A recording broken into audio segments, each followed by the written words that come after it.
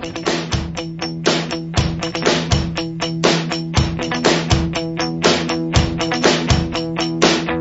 100.9 WXIR, this is Evidence of Design, and I'm your host, Jason Taylor.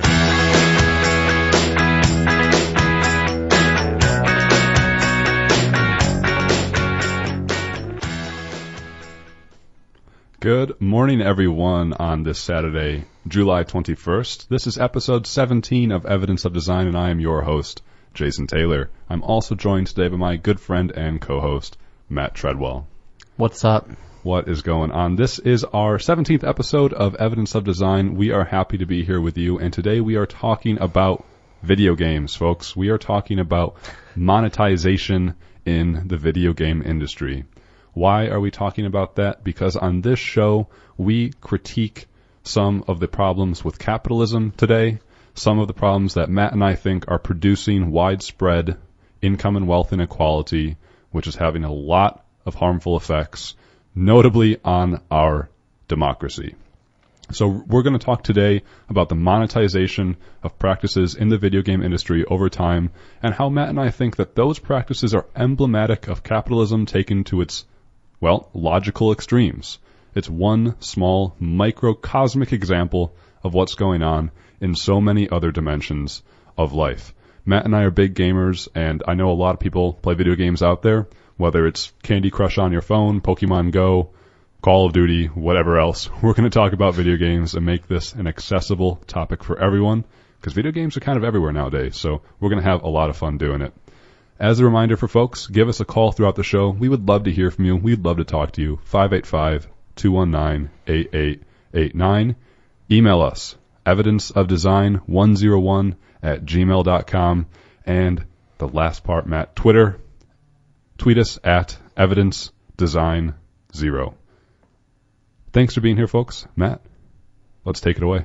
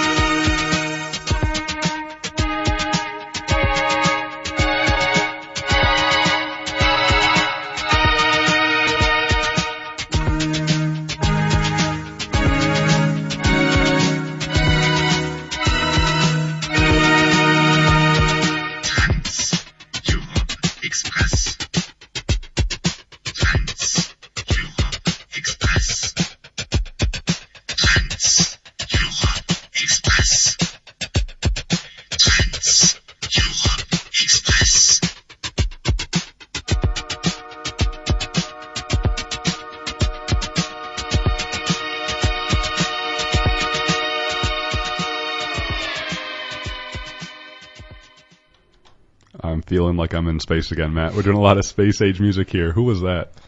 That was Kraftwerk with their titular track off of their 1977 album, Trans-Europe Express. Trans-Europe Express. I've heard a little bit about Kraftwerk, mainly through you, and I think they kind of were one of the pioneers of electronic music. Is that correct? That's right. They really helped popularize it in the 70s. Now, is that song chosen because it kind of sounds like video games?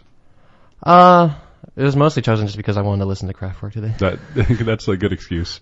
Also, yeah, I think there's kind of a stereotype out there of video games having that sort of, I don't know, sort of arcadey, space age. Chiptune. Yes, the chiptune kind of noise, which, yeah, it's definitely part of a lot of genres. But, you know, we'll talk a lot about today. If you're someone who thinks that all video games are Nintendo, then, you know, it'll be really fun to kind of chat through those. But folks, before we actually get into video games, we'd like to do a quick kind of week in the news update on none other than Russia and the U.S. Of course, Donald Trump met with Russian President Vladimir Putin on Monday of this week in Helsinki, Finland, and they had a private discussion, the first one-on-one discussion of the Trump presidency, and it was significant for a number of reasons. But something else happened at the end of last week and early this week where someone by the name of Maria Butina came to national attention. You may or may not have heard about her. Long story short is that Miss Butina is alleged to be essentially a Russian spy, a Russian foreign agent, and has been living in the United States for the past 3-ish years on a student visa. And she is alleged to have tried to gain influence with conservative thought leaders and other right-wing organizations, trying to gain influence with those organizations. Yeah, the NRA in particular. Yeah. Do we know exactly why she was trying to gain influence with those organizations? Well, I think that we can kind of draw our own conclusions, but it's definitely still under investigation. And this is really significant because this is the first time in this long-running Russia imbroglio where we have a public face of a Russian person, a Russian operative in the United States who's been sort of indicted of these charges. Now, her story is really interesting. In June of 2015, just a few days before Trump famously walked down his escalator in Trump Tower to announce his candidacy for president, Maria Butina wrote an article in a conservative international affairs magazine, and she wrote, quote, "It may take the election of a Republican to the White House in 2016 to improve relations between the Russian Federation and the United States," end quote. Now, that in and of itself is not all that shocking because I think anyone could say that. Republicans, at least. Well, actually, it might be somewhat shocking because Republicans were fairly hawkish on Russia for quite some time. I mean, most of them still are. Is that true? I'm not sure anymore. The Trump base, at least, seems to be in favor of Russia as a concept of getting close with them.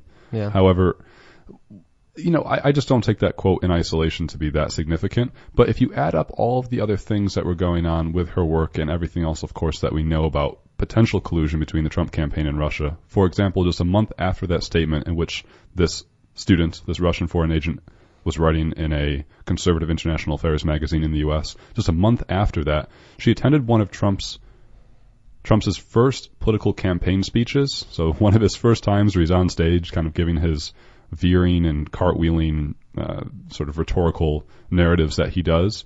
And she actually asked Donald Trump a question. She actually had the opportunity, where they take questions from those in the audience. She asked Trump a question, and the question was essentially, look, what should the foreign policy be between the United States and Russia if you are elected? And should the United States continue with sanctions? Trump took his long-winded response to that. He spent the first part of his response talking about how Mexico and China are taking advantage of the U.S. and that, we're getting ripped off, and if he's president, we won't be getting ripped off. However, it's really interesting if you listen to his response. We didn't cut it because we kind of want to move through this somewhat quick. At the very end, he sneaks in, I don't think you need the sanctions. I don't think you need the sanctions. And this is really, really important because it's essentially the first time in my mind that a candidate for a Republican candidate for president is on record saying, I don't think you need sanctions on Russia. And there's a lot of questions about whether or not that was a signal or whether it was a plant. And I don't want to go into conspiracy theories because that's not useful. But the point is there's this more and more sort of trickling evidence about that something's not right in terms of what Russia has been trying to do to undermine our elections and democracy. Yeah. Did you mention Alexander Torshin? I didn't. Do you want to take that thread, Matt? Sure. So Maria Butina has been tied to this Russian oligarch by the name of Alexander Torshin. He's an influential player in Russian politics. He's served in the upper house of Russia's parliament since 2015. He's served in the Russian parliament for years, and since 2015, he's been a deputy governor at the Russian Central Bank. He also supposedly has ties to a Russian organized crime syndicate named Taganskaya. I'm not sure if I'm pronouncing that right. And I think he's been investigated for money laundering as well by Spanish authorities, in fact. And I'm reading something right now off of Vox.com. That's Vox with a V, so people don't get worried. That he was actually supposedly supposed to be on a flight to Mallorca Airport in 2013, and he was going to be arrested by Spanish authorities when he landed, but he ended up not taking that flight. So some shady dealings seem to be going on with him for sure. And Maria Butina has been involved with him since at least 2013, when the two of them put on a concealed carry fashion show for NRA officials in November of that year at a Right to Bear Arms event. That's the name of their organization, Right to Bear Arms, I think. Yeah, Torshin has been in the news for a while. Alexander Torshin. He seemed to be Butina's handler, essentially, in the U.S. There's records of her communicating with Torshin. And Torshin, I believe, is under sanctions from the U.S. Treasury Department as a result of the investigation of Robert Mueller and the Justice Department to say, look, this guy is not good. He is directly tied to the Kremlin. He's a friend of Vladimir Putin. He's a member of the Russian mafia. He wields considerable influence in Russia and abroad as a director of the Russian bank, and he had been trying to undermine the U.S. democracy and fair elections. He came here around that time, Matt, in 2013 as an election inspector. Even maybe a little bit before that he came. So he's been around, and yes, he and Marie Butina were trying very hard to curry favor with the National Rifle Association, which of course is a whole nother story in and of itself, and we've covered them a little bit when we talked about gun legislation in the U.S. So we'll see how this all plays out, but there, long story short is there is a lot here to what's going on with Russia, and I think it's a little scary about most importantly, I think it's scary, the information warfare that Russia is currently waging against the United States and has been waging for who knows how long, at least since 2014 and before. We'll see how this plays out, of course. But let's play really quick what Trump's response was to all of this. Trump was famously asked whether or not Trump was asked a number of things about whether or not he said certain things to Putin, whether he would or would not could sort of meet with him or continue on with certain sanctions and policies with Putin, and he just backtracked a number of times. Let's hear his response, though, to some reporters when he was talking about his meeting in Helsinki.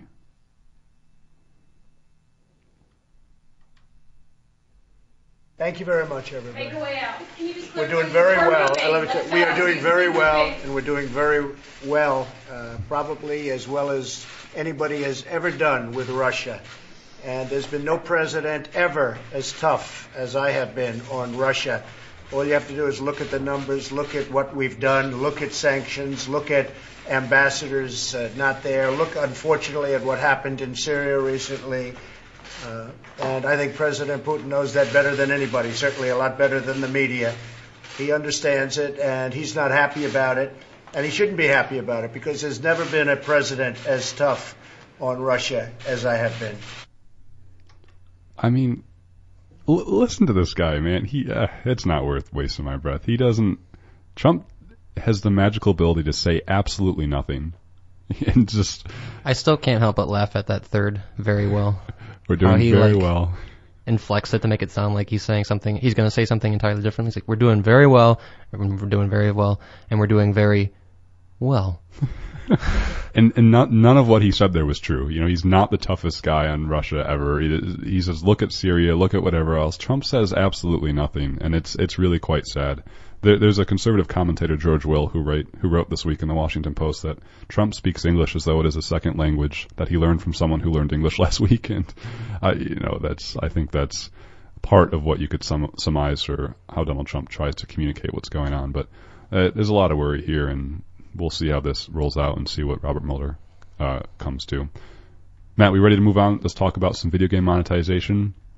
After, I believe, we have a brief message for you. If you have not seen the movie Get Out, there are spoilers ahead for the next 3 minutes. If you have seen it, I hope you enjoy this perspective on Get Out. A brief message from our fake sponsors. I'm really fascinated with a banal kind of horror. The kind where you realize that the scariest thing out there is just having to live your own life. And I think that's why a movie like Get Out is so compelling. You see, the problem for Chris was that there was no other reality for him to escape to. By the end of the movie, it was obvious that the circumstances surrounding his life were the scariest part. That his life itself was a thunderstorm, swept by a hurricane. I think it's a sort of common trope for scary movies to utilize some form of escapism. A cabin in the woods, a serendipitous vacation, strange new neighbors, a haunted house. I mean, you practically scream at the TV for the characters to leave the house because it's so obvious that the house itself is what's evil. And I'm not saying that those tropes can't be scary, but in those movies, the horror itself is always defined, something that can be explained by its geography. Salvation lies just outside of the house, beyond the woods, off the island. Real life doesn't work that way. I mean, how was Chris supposed to escape his situation? Never date a white person? No, it wasn't even his dating Rose that was the problem. It was just because of who he was. Because he was black. But not even that fully explains it. There were those black officers who didn't believe Chris's friend Rod when he was trying to tell them that Chris was in danger. After all, it was the African kingdoms themselves that sold many slaves to the European colonists. No, Chris was trapped in the horror of a world he had inherited.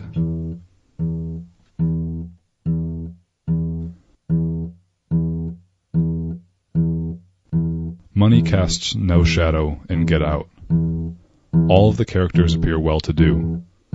Even the brain transplantation was done for genetic modification, not organ trafficking. Yet in our world, money's shadow is dark and deep. The banality of our horror is that we knowingly worship an altar upon which wealth sits. Its moribund figure clutches a patient hourglass. Yet we still kneel, thinking that we worship a religion as opposed to a cult.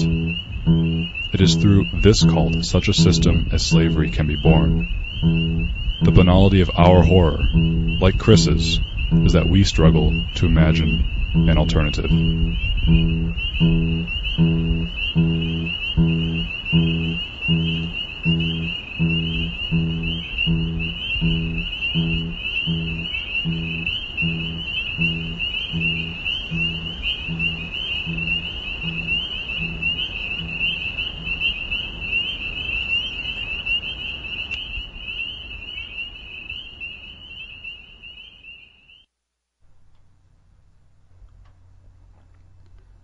I hope you folks enjoyed a little bit of that, as Matt and I did in our very first show here on Evidence of Design. We try to do a little bit of different kind of sounding topics now and then. The whole point of that to me is connecting kind of the modern horror that we're living in terms of capitalism and money and the sort of the worshiping of wealth, but also this idea that fake news and dealing with Russia and the undermining of democracy, it's really hard to separate kind of the things that are causing the horror and just the mere facts of our lives themselves. So we'll see where that takes us.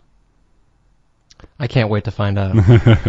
But folks, you are listening to episode 17 of Evidence of Design, and besides that sad thing that we just listened to there, we're really happy to have this conversation with you, and we'd love to hear from you throughout the show. Evidence of Design 101@gmail.com, or tweet us at Evidence Design 0, or give us a call 585-219-8889, and we're really happy to be here on WXIR in Rochester.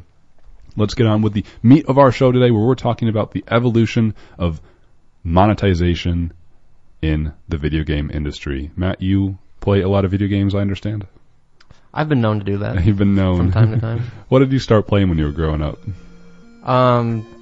What did I start with? Yeah. I started with probably The Legend of Zelda on my my stepfather's original NES, Nintendo Entertainment System. And I remember playing that and Duck Hunt and the original Mario Bros.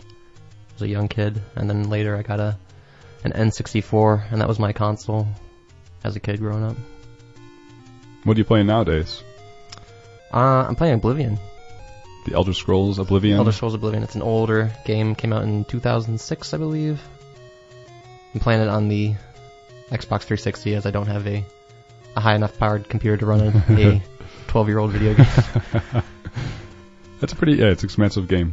That's cool. I grew up playing a lot of video games as well. I think the first game I really remember playing was Pokemon or Super Mario 64 on the Nintendo 64, and I moved to the PC to play a lot of Counter-Strike, and I mainly grew up playing a lot of Nintendo games and PC games, and I still play Nintendo and PC to this day. And video games were a big part of my life growing up, and they still kind of are. And I'd love to chat about sort of the merits of video games and the potential pitfalls of video games, about what it does to you as a person. Should children play them? What are the educational benefits of them? That's for a different discussion. But why we bring this up, why I wonder your background in video gaming, Matt, is because I think you and I have seen firsthand, because we've been so involved in the video game industry, playing a lot of games, we've seen the evolution of certain practices in the video game industry. Yes. And those practices are about how games are monetized, how they're marketed, how the game industry, game publishers, game developers develop their games to make as much money as possible. And their practices have a direct result on our experience as the person playing, or if you want to invoke that word, consuming, as consumers, consuming the game. It has a direct impact on us. Absolutely. Yeah. And again, as we started off the show, the whole purpose of talking about this is we view the evolution of increasingly monetized video game practices as a microcosm of much larger problems in capitalism and society today, which is contributing to extreme income and wealth inequality. And we'd really like to just go through sort of a chronological history of the monetization practices in the video game industry. And Matt and I, Matt, I think we'll start in the 1990s, because that's kind of when we started to play games. And it's also when really the game industry was settled in terms of how it is today. Video gaming kind of started in the 1970s. There was the sort of famous video game crash, and then they kind of resurged in the 80s a little bit in arcade games. Mm-hmm. It's interesting that arcade games were, in and of itself, purposely created to make you pay as much money as possible. Right. Like, the games were literally designed such that no matter what your skill was, you essentially couldn't They're beat them extremely difficult. Yeah. And to the point of being unfair. Absolutely. And there are some games where your health constantly drains every single second. So Really? It's like times. Yeah, absolutely. So, arcade games where your health goes down no matter what. Like, you're playing this game, you are continually dying. It's like, I don't need a life simulator. You know what I mean? It's just so you keep having to pay money to keep the game going. So let's start a conversation in the 1990s when, Matt, you were talking about the Nintendo 64. Yeah. There was also the PlayStation that came out around then. I had one of those too. So we're really talking about that kind of era of video games, not really the Sega Genesis or the Atari or any of those other. It was a bit before our time. Yeah. So starting our conversation in kind of the mid-1990s with maybe it's called first generation of consoles. I know it's a little pretentious, but Nintendo 64 and also the PlayStation. Back then, when you bought a video game, you were just buying a completed thing. So you went to the store and you bought a video game. And the whole video game was in the cartridge or discs that you purchased. That's right. And you go home and you put it into your video game console, you fire it up, and now you have a video game to enjoy. They were complete packages. You couldn't really buy anything else to, you could say, enhance the experience, like expansion packs or additional missions or levels or other things to do. Yes. Although there were cases of like, I remember, for example, the that little connector device for the N64 that allowed you to play the Pokemon, the Game Boy cartridges on like Pokemon Stadium, which was an N64 title. True. So there were these kind of hardware spin-offs that allowed you to enhance the experience a little bit. Right. There was like Hey You Pikachu, where you talked to the Pokemon Pikachu and you had to connect a little device to the TV, and yeah, so those were good examples of small ways to kind of make the game more expensive. But I think we can safely say that, in general, when you bought a video game in the 1990s, the video game was a video game. And that was it. Developers made a complete package. It was a whole and complete product. That's right. But you are right, Matt, in that there were sorts of these small add-ons, and especially in the PC gaming market. When we say PC, we mean personal computer. We mean playing video games on a computer. Usually PC gaming is sort of the most flexible gaming platform because you can download things and you can fine-tune your graphics and abilities, and your very system itself is much more malleable and adaptable. That's right. Whereas if you buy a console, like a gaming system like the Xbox or the PlayStation or the Nintendo, whatever, you don't have much control over those systems because the hardware itself, the console, you can't really change all that much. Right. The appeal of these systems is that they're much easier to operate by, I guess, what you would call laymen. Mm-hmm. So, like, one of the, like, I guess,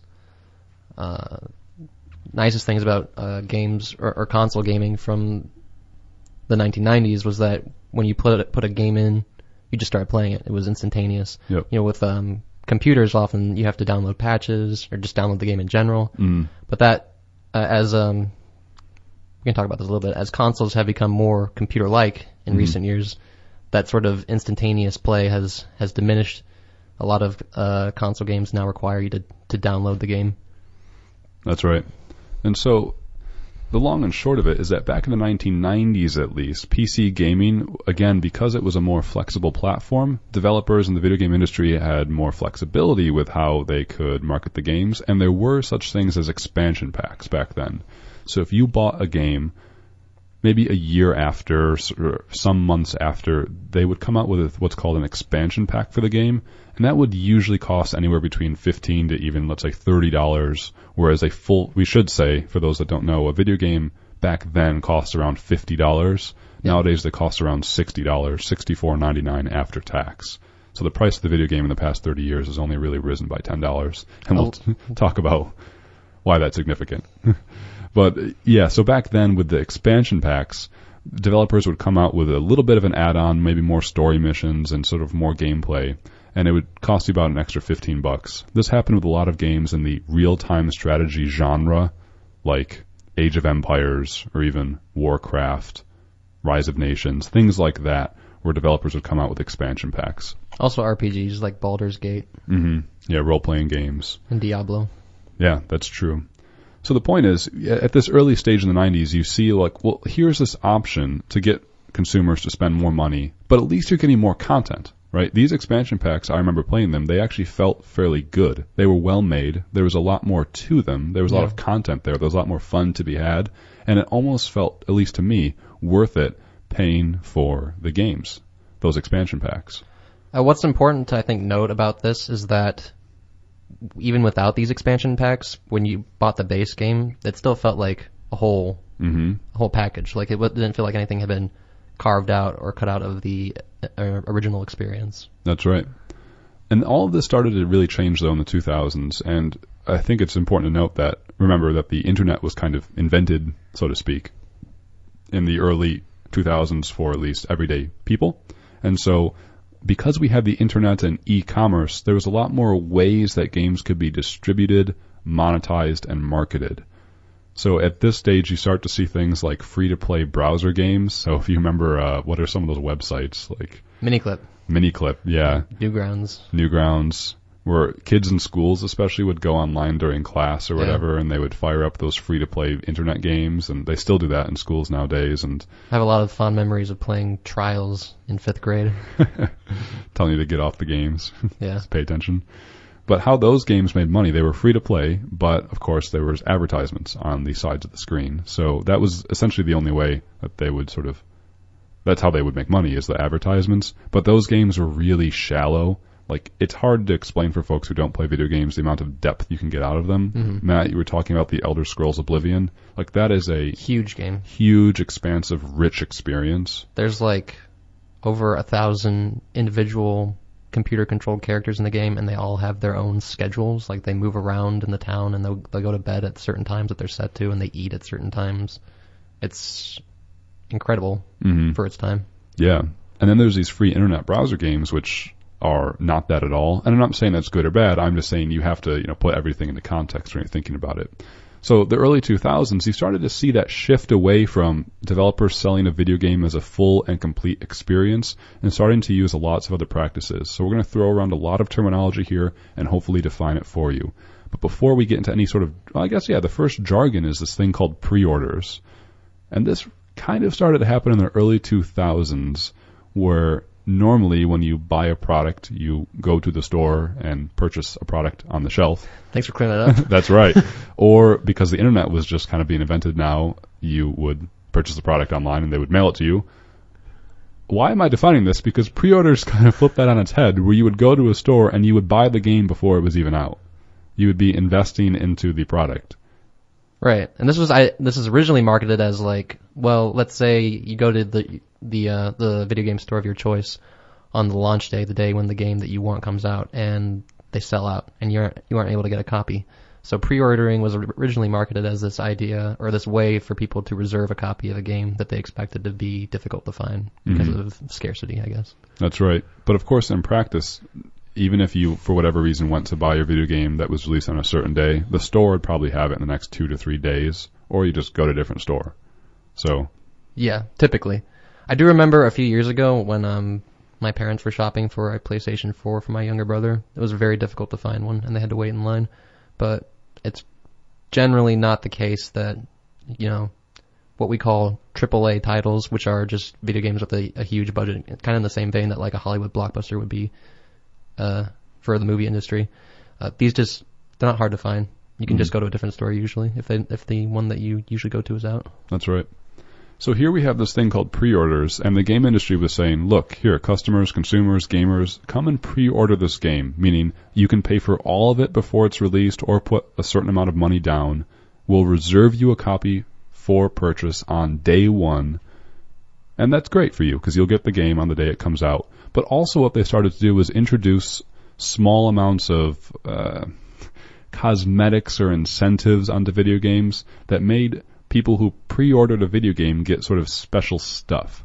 And this is really a long story to talk about, but it was really a way just to incentivize people to invest in a product that didn't exist. Right. And these were typically different depending on the store you ordered from. So like Best Buy would have like a character skin, so like a costume that you could dress up your character avatar in that was exclusive to with a download code that was exclusive to pre-ordering through Best Buy. Amazon would have something similar, only it would be a different costume or like a different item that you could use in the game. And then Target or GameStop would have the same thing going on. Mm-hmm. So all of these practices were designed to get people to spend money for something that wasn't even out yet. And the game industry has had various reactions to them, and we'll get more into how pre-orders and their bonuses has affected the larger industry as a whole later on. Another practice in the 2000s that was increasingly monetizing the sale of video games was video game subscriptions. And I think this is most famous for people in the video game World of Warcraft, which is a MMORPG. A MMORPG. Massively multiplayer online role-playing game. For folks who remember, World of Warcraft came out in 2004, and it was $15 a month to play the game. I think you had to buy the game too, Matt? You did. I believe it was the original. I believe it was a $60 game, and then you had to pay $15 a month in order to keep playing. I don't know. I don't remember because I played WoW for a time in high school, and I don't remember if they had different pricing options depending on how much time you wanted to purchase. So like some subscription fees these days will offer you like a reduced price if you choose to buy for a year of time, or you could potentially buy for just 3 months or even just 1 month. WoW wasn't the first MMO. They weren't the first game to have they weren't even the first MMO to have a subscription. Sure. I think that might have either been Ultima Online or EverQuest. But they really typified the genre, and I think they're still seen today as the sort of, they are the MMO, just in the same way that like Call of Duty is seen as the shooter, I guess. Yeah. But Matt, this is significant because here we started out this conversation saying in the 1990s you went to a store and you bought a video game, and that was the video game. Right. We fast forward just 8 years, and you can buy a game like WoW, World of Warcraft. So you spend $50 or whatever it is to get the game. Then you have to pay $15 a month, which is around $180 a year to continually play the game. Yes. And World of Warcraft had expansion packs. That's right. Maybe on a yearly or every 2-year basis. It was between 2 to 3 years. And do you remember how much those cost? Typically $30, I believe. So you can see, and here's the main point, listeners. If you're listening, okay, these guys droning on about video games, here's the main point. When the industry starts to introduce one concept like pre-orders or like expansion packs or like subscriptions, what happens is that they tend to be cumulative.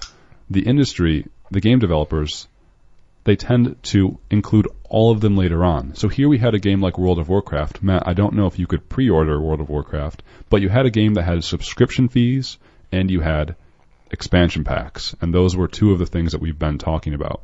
So as we get to the end of our discussion here, you'll see that games are using 8, 9, or 10 different monetization strategies to get as much money as possible out of consumers. And nothing that we've talked about right now has really changed the experience for consumers, right? It's like, great, most of these things are kind of good because we're getting more content out of games. We're getting richer experiences. Very soon, though, we're going to talk about things that I think have made the video game industry toxic and is hurting youth, especially our most vulnerable populations who are vulnerable to things like gambling and other predatory monetization schemes. One last note, though, before we get there is that the game industry also had not just different types of games and how they sold them, but different types of consoles. So remember we were talking about Nintendo and PlayStation. Well, the third generation of gaming consoles, the Xbox 360, the PlayStation 3, the Wii, they all, well, besides the Wii, they had different versions. Yeah, never include Nintendo's. Nintendo's always doing their own thing. Taking the Xbox in particular, the Xbox had like 8 different kinds of consoles you could buy towards the end of its life. You know, they had the Xbox Arcade, the Xbox Core, the Xbox Elite, and each of those had different. About all of these. Yeah, and each of those had different hard drive sizes. So as a consumer, you have great freedom of choice, right, to buy different types of products. You had all these different schemes to get you to perhaps buy the same console you already own, but in a slightly different version. I think Nintendo DS is a brilliant example of this. And Nintendo's They DS, might be the worst offender. The worst offender. Nintendo DS is a handheld system. It's a handheld gaming console that Nintendo has. You might see it's like kind of like if you remember a Game Boy. The Nintendo DS is the modern Game Boy. They have 2 screens. That's right. DS, dual screen. And so here's the list of the types of Nintendo DSs that are out on the market. There's the original Nintendo DS. There's the Nintendo DS Lite, the DSi, the DSi XL, the 3DS, the 3DS XL, the 2DS, the new 3DS XL, the new 2DS XL, and also different colors and special editions of each of the aforementioned things I just said. I love how there's a DS and a 2DS. Like, isn't that the same thing, basically?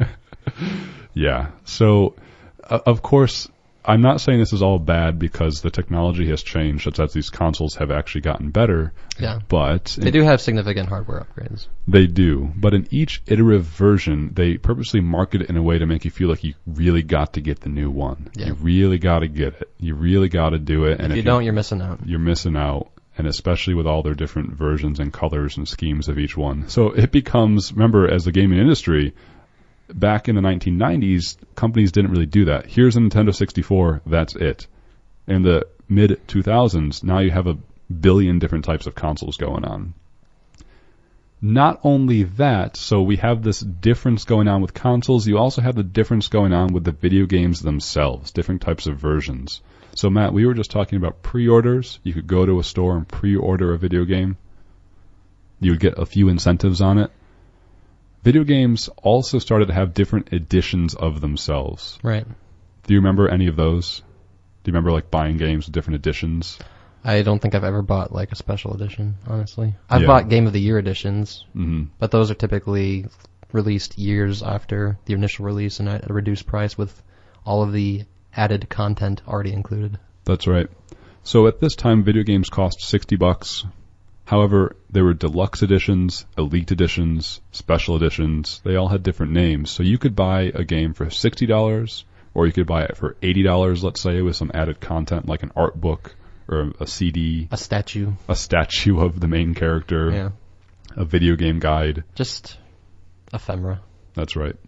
Or you could buy, let's say, the $120 version. Twice the price for, I remember Call of Duty came out with like a drone or like a t-shirt or like an RC car or whatever you could. Wasn't there like $1 million Far Cry edition or something that included a Humvee or something? I don't remember. I'm pretty sure. I don't know if it was $1 million, but it was really expensive. Yeah.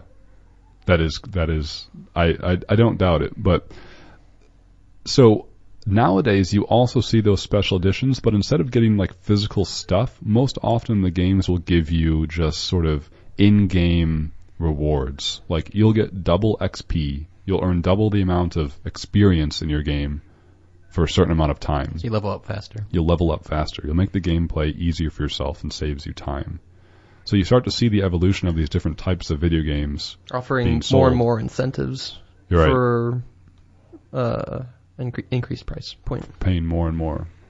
So let's put a pause here and just say, if folks are joining us, you're listening to Evidence of Design at 100.9 FM WXIR. We're talking about the evolution of the monetization practices in the video game. We've talked about fairly basic and sort of banal things so far in terms of being able to pre-order video games, video game consoles having different types, video games themselves having different types of things you could buy, subscription fees.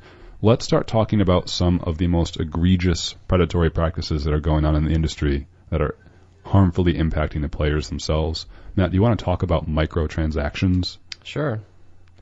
So, I guess the best way to frame microtransactions is in talking about, we mentioned expansion packs earlier. And expansion packs, originally, as they were originally conceived, were like these huge gameplay additions that were released typically, months after a game initially came out. And they provided a large amount of content. Like, for example, Jason, you asked me earlier what game I was playing. I'm playing a game called The Elder Scrolls Oblivion right now. It's an old game from my childhood. And it has an expansion pack that adds probably about 40 hours of gameplay, at least, at minimum. So it's a big deal. Now, what companies started to do, publishers especially, they realized that they could sell much smaller bits of, I guess, gameplay to players at a very small price. And we call these microtransactions because they are microtransactions. They're very small purchases. So, for example, you would see this in a game like Dead Space, a game that Jason and I both love and enjoy, from 2008, published by a company called EA. You might be aware of, as they're like the most hated company in existence. They've been rated literally the worst company in the United States for a few years. I don't know if it's been the most recently, but at least 5 or 6 years ago, they were literally rated the most hated company in the U.S. Yeah, they are severely disliked. Yeah, because of these practices that we're talking about right now. So in a game like Dead Space, for example, what they did was they offered multiple skin and weapon packs. These are basically just like costumes that your character can wear and weapons that you can use. But they would sell you maybe between like 1 and 3 of these items at a time for between $1 and $4. And I think Dead Space had like maybe 6 or 7 of these. And it's just all this extraneous stuff that, just 5 years prior, you would just find in the game. Mm-hmm. Absolutely. And honestly, Matt, the first instance of a microtransaction, actually really, the popularized instance came out in that game that you're talking about, The Elder Scrolls 4 Oblivion. That's right. Where in 2006, the developers released what was called the Horse Armor Edition, where you could spend $2.50 to outfit your in-game horse with cosmetic, meaning just appearance-based armor. It didn't actually increase their defense or health or anything. It did. Oh, it did? Yeah. Okay, well, that is great, man. Pay to win, man. Just kidding. So you had, $2.50 for horse armor in the game. And this was a pivotal changing moment in the video game industry. It was hugely derided. It was very derided, not popular, but it has become in every single video game essentially anywhere nowadays, where you as the player can spend a small amount of money to get a nominal small amount of content. Mm-hmm. Why is this a problem? Well, the practice has been extended to greater lengths. Basically, we're seeing games now that have entire sections of their storyline cut out and then sold to players. Basically, there's this thing called this thing that was more popular a few years ago called on-disc DLC, which was basically just you would pay for content that was actually included on a video game disc. So you would buy a video game, and there would be parts of the game that were inaccessible to you unless you paid another fee online. Mm-hmm. And a company called Capcom was pretty famous for doing this, I think like 5 or 6 years ago. Mm-hmm. Absolutely. And I would also say, Matt, that if you're someone out there who's listening, if you play Pokemon Go, if you play Candy Crush, both of these games are egregious for doing the types of practices that we're talking about. So when we're talking about the early microtransactions where you pay a small amount of money to get something like horse armor, great, life goes on. You're getting a little bit more of an optional bonus for your game. In a game like Candy Crush or Pokemon Go, the games are purposefully engineered so that you can't actually enjoy the game to its fullest extent unless you pay money. So with Pokemon Go, sure, you can get to level 40, you can grind your life away getting all the Pokemon or whatever, walking around town having fun, but at all times the game is saying, look, if you just pay us money, we'll save you time. Save your time. Like, that completely defeats the purpose of enjoying video games in the first place. Where let me spend $15 real on this video game, this free-to-play video game, so I can get double XP for a while. Or Candy Crush, which literally prevents you from playing the game until you can either pay money to keep playing the game or just come back later. So we're literally seeing games employ strategies where they make their product inaccessible in order to get people to pay more. That's right. They're purposely engineering the product to make them inaccessible and to make you want to pay money to keep enjoying the product, which was not always the case. The 1990s, you buy the game, it's the game. The early 2000s, for the most part, you can pre-order a game, great, but the game is still the game. What we're seeing now, Matt, here's the moral of the story, is games have become what's known as a service. As opposed to games being a product, a thing, games are now becoming a service, and companies are using what's called the recurrent consumer spending model, meaning that how companies used to make money is if you bought their game, they made money off of that purchase. That was it. That was it. And guess what? They still made tons of money doing that. A lot of money. Plenty of money. Nowadays, using the recurrent consumer spending model, meaning getting gamers to spend at all times more and more money on the game they already bought through things like microtransactions or loot boxes that we'll talk about in just 1 second, game companies are making an enormous amount of money. Take-Two, the publisher, the name of the publisher who makes Grand Theft Auto, for instance, in 2017, last year, said that recurrent consumer spending will be a part of all of their games going forward because it accounted for 42% of their revenue. Right. Meaning almost half, and I'm sure other companies, maybe it's as half or more. Most, or almost most, of the money game companies are making nowadays comes from things like microtransactions, loot boxes, and things like that. Mm-hmm. I would just like to say real quick that, this is part of dispelling the myth that games still cost $60. Mm-hmm. They don't really anymore. It's just not true to think that because of these practices with games having a lot of their content either carved out or held behind paywalls or even like these pre-order bonuses. But that's not to say that these practices necessarily have to be exploitative. Mm-hmm. I think there is a way to do these without being, psychologically manipulative towards a lot of people. But we're just as people who have enjoyed this medium for a long time in our spare time and at home, Jason and I feel like we have really noticed a change in the way that a lot of these companies just seem to view their customers. And Absolutely. We're concerned about that. Absolutely. And let's really get to the heart of the matter about what's going on in the game industry nowadays, and that's called loot boxes. So, folks, if you have anyone in their family, if you know anyone who plays Fortnite has loot boxes in it. If you play the PC game like Dota, it has loot boxes. If you play Counter-Strike Go, it has loot boxes. If you play Star Wars Battlefront 2, it had loot boxes, Matt? Did they get rid of it? I believe they did. Yeah. I don't mean to put you on the spot there, but so loot boxes in essence are the game will reward you with this thing. It will give you a in-game box, like a treasure chest, and the game's like, here's your chest. Congratulations for playing the game and doing stuff.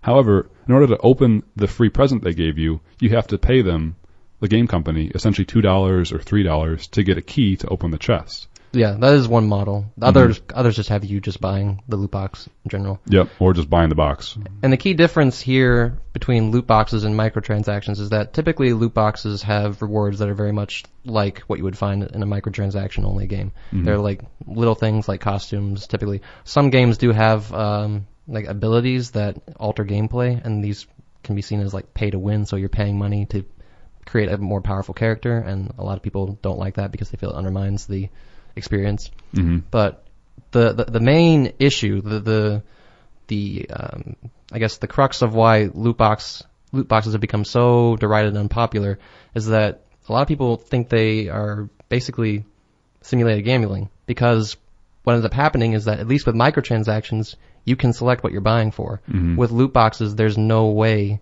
typically for you to choose what it is you're getting. And so a lot of people, they just want a specific item. They want a specific character skin for the character that they like to play.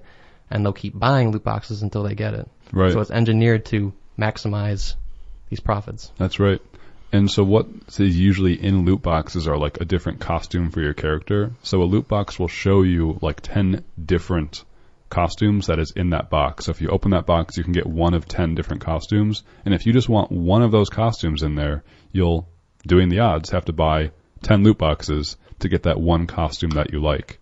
And now this is really important because back in the day, 10 years before that, 15 years before that, back in nowadays, game developers would include those things as the product. Like, great, yes, we have different costumes in the game. If you want to get those costumes, all you have to do is play the game. Play the video game. Yeah. Now they purposely take that content away, so they remove content from the video game and put it behind paywalls to make you pay for the content. And still expect you to pay full price. For the game itself. Right. And for the deluxe editions and the pre-order bonuses and the season passes and the DLC and the microtransactions. That's right. So all these things are adding up. And we'll skip kind of really to the point that we can talk a lot more about the homogenization of video game practices, the death of mobile games, and things called season passes and also battle passes, which are the newest instantiation.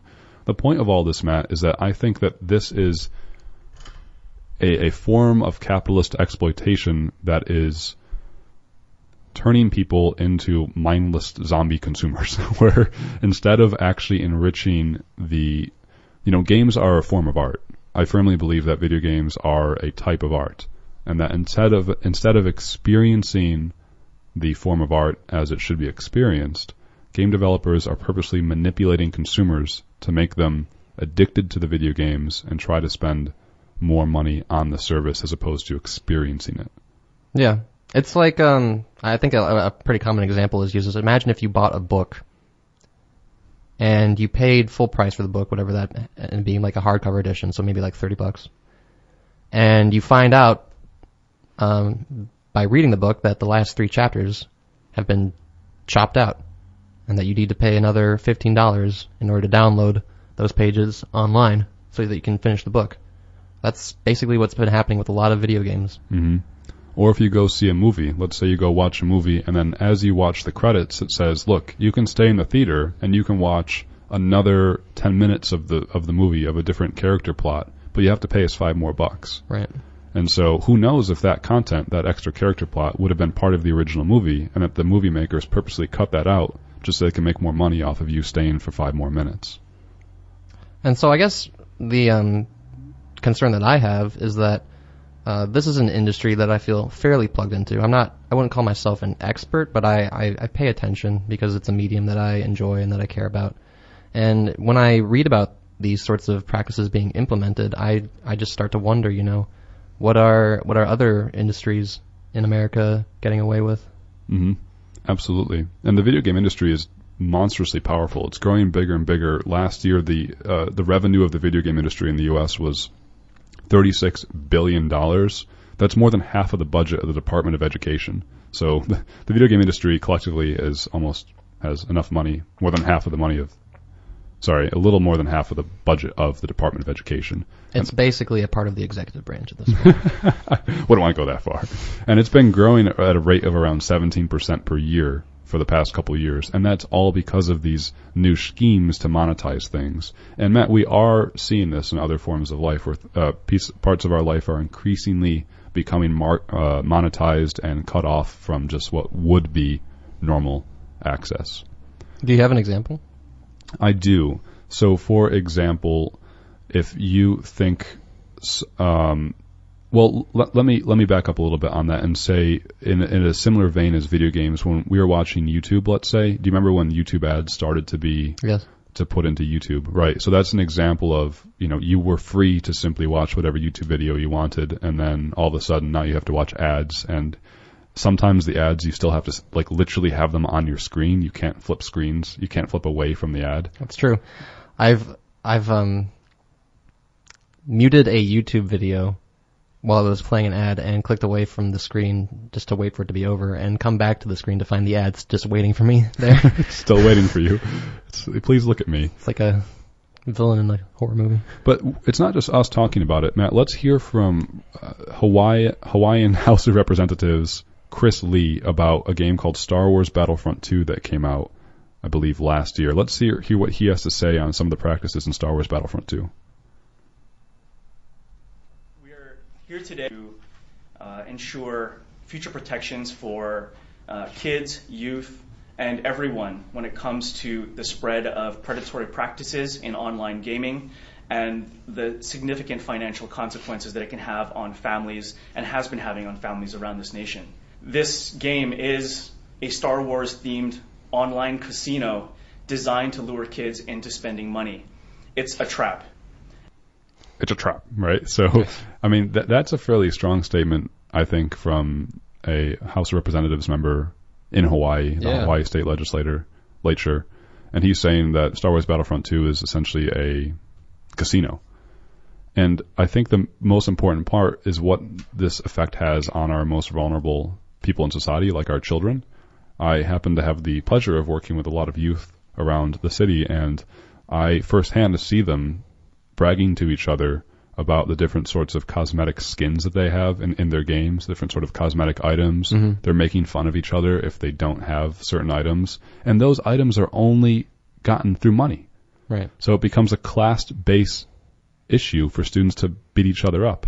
And that's a problem. And I don't think they realize that they're part of the system, right? They have no idea to articulate that the capitalist system has driven them that way. I'm just imagining you, like, observing these children bragging about their in-game character skins, and you're having this Marxist existential breakdown. I definitely have that. They know not what they say. They're part of the machine, and they don't. I mean, it really is a sincere worry to me, because I just worry, like, because the whole point is, remember, the idea of the political economy is that our politics and economics influence each other. They're all based on our values. So if we accept the things that the game industry is doing, it becomes a reflection of our values, and we fundamentally become reshaped human beings in mirror of those political and economic values. So these children are being literally reshaped. Their brains are being rewired to think in that way. And I think that's a problem.